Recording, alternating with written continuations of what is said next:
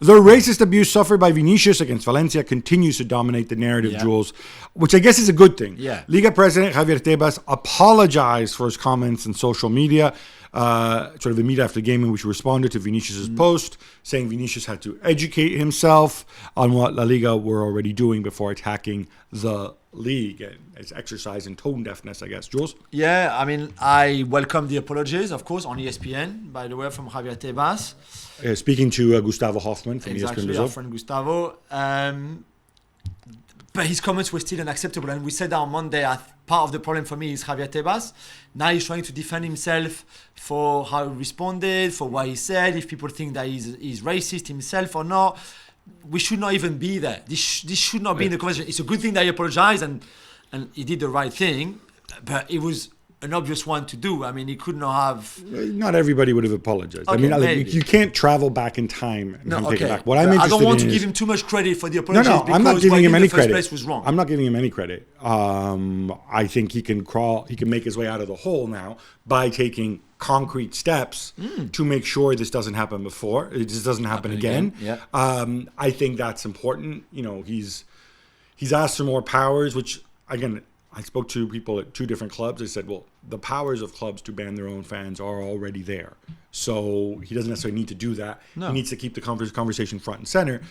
I'm interested in the situation being resolved. I'm not interested in burying or crucifying. We buried him for his stupid comments. Yeah. He apologized. Whether he really believes that he was wrong, whether he's changed his mind, I don't care what's in his head. Though. No, but I really don't care. I care that he apologized. It's a statement. And then I care about what he does next. And it's critical that he does the right thing.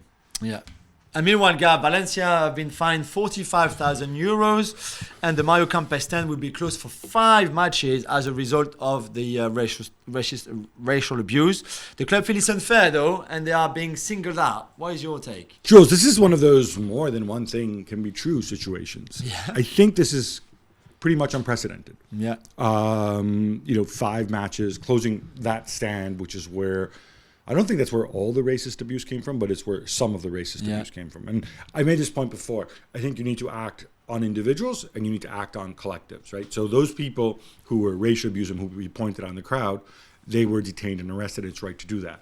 You cannot go and detain and arrest an entire stand. The reason people take these sorts of punishments in shutting down entire stands is they want to create a collective responsibility, right?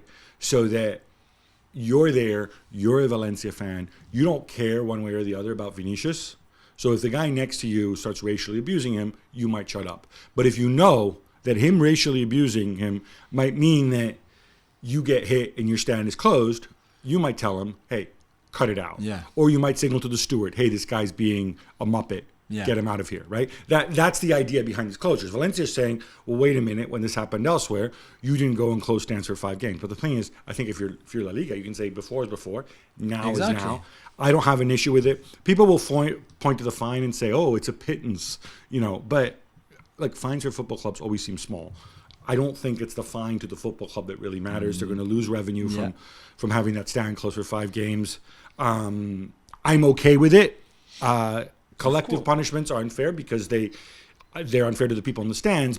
That's one way to look at it. But you look at it saying you guys have to be responsible for the people around you as well. Yeah, but for me, they should have done that a long time ago in the other stadiums where Vini was racially abused as well. But you have to can't start find somewhere. the individual, definitely, yeah. You have to start somewhere. So you start now, and you identify the guys who made the racial abuse. You also ban them, but you have to go strong because this has to stop. And unless you go strong on them, and unfortunately, it's Valencia this time, but hopefully this will make the other things, like you said, and it's not going to happen again. No, I agree with you. One other point, too, about this whole, society, blah, blah, blah. The only people, that Tebas talked about how they passed on documentation of the racist incidents. To this day, so there were 9 incidents this year. 8 of them concerned Vinicius. 1 of them concerned Iñaki Williams. Yeah. Are we to believe that those 2 are the only 2 people in the entire Liga who were racially abused this season? Do you believe that? Think so, no. What I would love to see, hint to anybody out there listening, call up the 20 clubs privately, confidentially, and say, hey, did any of your players of color, did any of them feel racially abused this season? I'm pretty sure it's going to be more I than would 2. think so too. On the pitch, Real Madrid beat Rayo 2-1, and your boy Benzema got on the score sheet. It's a dead Kareem rubber. the Dream. Dead rubber. Yeah. Anything you learned? You know what, Gab? I mean, I watched that game not for the football, but unfortunately, or fortunately again, for what was around there. I love the fact that the players were all wearing the Vinicius shirt on. He was there not playing because he could have played because his red card obviously has been rescinded, but he has a bad knee, so he didn't play. But he was there. He was sat in the stand with Florentino Perez. He was on the pitch before the game as well. I think the support, he really loved the support from the whole stadium, which is to be expected, of course. Yeah. And the players, I like the Rodrigo celebration for the winning goal right at the end of the game with the clenched fist salute. Exactly. Channeling his inner Mexico City 1968. Exactly. And that's what I love. The rest, I mean, come on. All right. And back to Sunday's game, Gabina, because the video assistant referee, so the VAR referee in that match, Ignacio Iglesias Villanueva, has been suspended by La Liga and won't officiate again this season. It's down to the images that he showed the referee of the game, Ricardo de Burgos Bengoechea, that led to Vinicius being sent off after his clash with Hugo Duro. So basically, it seemed that he showed only the moment where Vinicius was hitting back at Duro, but not when Hugo Duro was like... He had him in a headlock. Yeah. Weird.